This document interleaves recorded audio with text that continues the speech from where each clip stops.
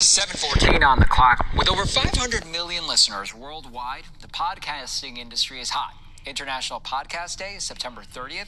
So we asked Boston 25's Kelly Sullivan to find out what makes a podcast a hit. So many of us listen to podcasts when we're driving in the car, exercising, or maybe cleaning. We wanted to talk to a couple of local podcasters with big followings for their tips on getting started and turning an income. Testing. 1, 2.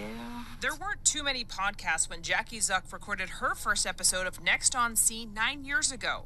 And much like the industry, she was still learning and growing. So I did research on YouTube. I set up a little station, like a mixer in my guest room closet in my bedroom, and I would promote people's businesses on my show. Jackie began with a modest 100 downloads a month and has since grown it to 16,000. She now teaches others how to start their own podcasts, and for good reason.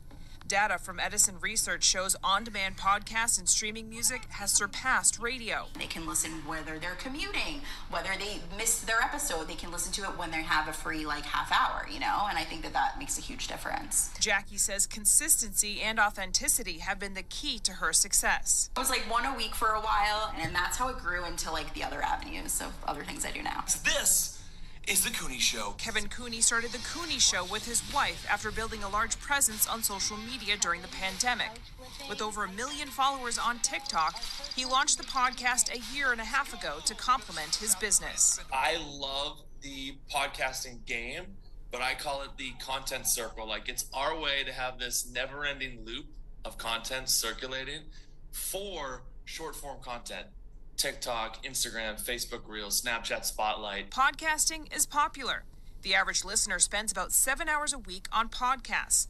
By the end of 2024, DemandSage.com predicts more than 500 million people worldwide will listen to podcasts, and it could be a $4 billion industry. In such a saturated and fast-growing market, Kevin says it's never been more important to diversify himself and his business. Mr. Beast, biggest YouTuber in the world, has Feastables, these chocolate bars. He's now outselling Hershey. Logan with Prime is outselling Gatorade. All these old legacy companies are being taken over by, the new wave of creators. For these local creators, the platform provides an opportunity to make extra income and interview some high-profile people. It's insane when it goes from the interview to then these guys, texting you and keeping in touch, and you're starting to build a little bit more of a relationship. The relationships I've made have just been so rewarding and beneficial and help you grow on a professional and personal level. To build and keep a following, the podcasters say they release their podcasts on the same day, same time.